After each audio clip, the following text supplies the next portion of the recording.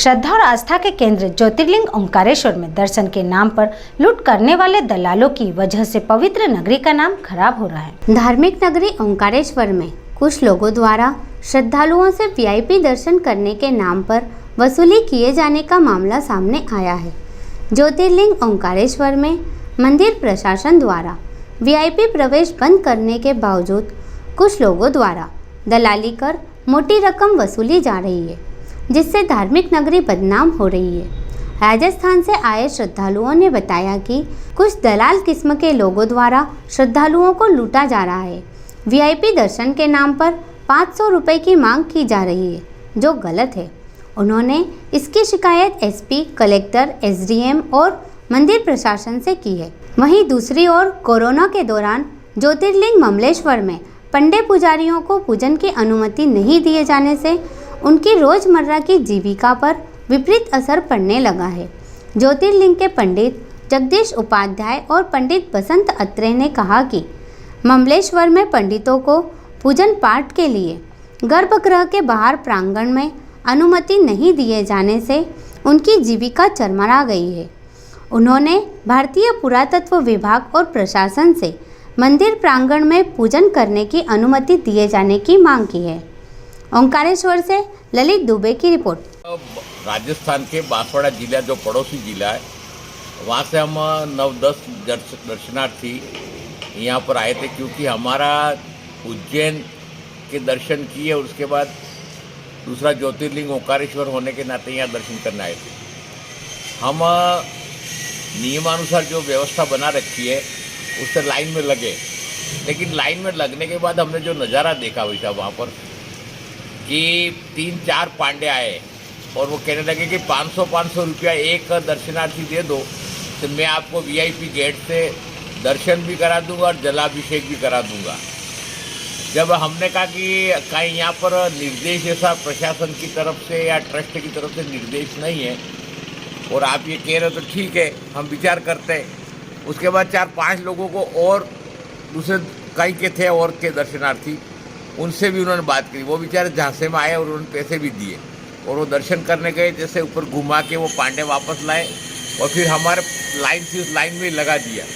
तो मेरा इस संबंध में ऐसा निवेदन है जिला प्रशासन और राज्य सरकार से कि ज्योतिर्लिंग मध्य प्रदेश में 2 हैं, महाकाल और ओंकारेश्वर, और ये हमारी श्रद्धा और आस्था के केंद्र हैं। और आस्था के केंद्रों पर इस प्रकार कुरेदने का काम जो हो रहा वो अशोभनीय है।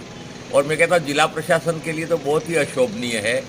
एक तो कोरोना गाइडलाइन की पालना नहीं हो रही तो भी हम चलो आस्था का मामला कोई नहीं कहते, लेकिन लोगों की आस्थाओं के साथ जो खिलवाड़ किया जा रहा है, तो मेरा विशेषकर जिला कलेक्टर महोदय और यहाँ के उपखंड अधिकारी महोदय से निवेदन है कि इस प्रकार की अवांछित हरकतों को आप रोकें। और ये संदेश, क्योंकि ये ओंकारेश्वर ज्योतिर्लिंग एक अंतर्राष्ट्रीय ख्याति प्राप्त है और यहाँ जरा सा भी कुछ होता है तो उसकी छवि खराब होती है, इसलिए इसमें सुधार लाने का प्रयास करें, इसका व्यवस्था का नए सिरे से समीक्षा करें और ये जो विकृति आ रही है उन विकृति को दूर करने का प्रयास किया जाए। क्योंकि हम तो राजस्थान से हैं और हमने जो देखा वो नज़ारा आपके सामने प्रस्तुत कर रहे हैं, तो ये बड़ा दुखद हमको लगा और एक आत्मा को ठेस पहुंचाने वाला मामला लगा। इसलिए इसमें जिला प्रशासन निश्चित रूप से देखे। और इस मंदिर का हमने सुना ट्रस्ट बना हुआ, निजी ट्रस्ट है, उन ट्रस्टियों से भी मेरा निवेदन है कि आपने व्यवस्थाएं बढ़िया बनाई है, आपने कोई गाइडलाइन ऐसी दी नहीं होगी, लेकिन जिस प्रकार ये पंडे इस प्रकार की हरकतें, ओछी हरकतें कर रहे, उससे अपने ट्रस्ट को भी कहीं न कहीं आँच आती है। ऐसा भारत के 12 ज्योतिर्लिंगों में से ममलेश्वर चतुर्थ ज्योतिर्लिंग आता है और यहाँ पर भारतीय पुरातत्व विभाग ने पुराना काल से मंदिर प्रांगण पर लाग कर रखा है। और ब्राह्मण ओंकारेश्वर में सभी तीर्थ ज्योतिर्लिंगों में पूजन प्रारंभ हो गया है और यहाँ पर पंडे पुजारियों को कोई व्यवस्था नहीं है, जिनको आजीवन चलाने के लिए काफ़ी परेशानी हो रही है।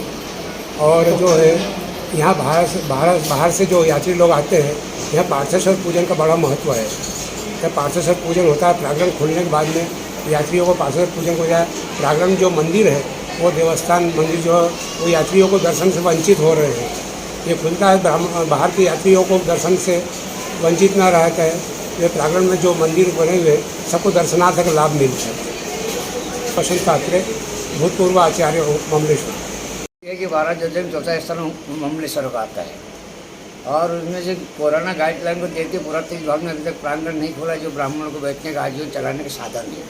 आप इस चैनल के माध्यम से हम ये जानना चाहते हैं कि ब्राह्मणों को बैठने की जगह कर दी जाए और पुरातत्व का प्रांगण खोल दिया जाए ताकि ब्राह्मणों का आजीवन जीविका चलती रहे। मैं मुख्य पुजारी हूँ त्रिकाल प्रातःकाल साइनल माध्यम का पुजारी जगदीश पात्र।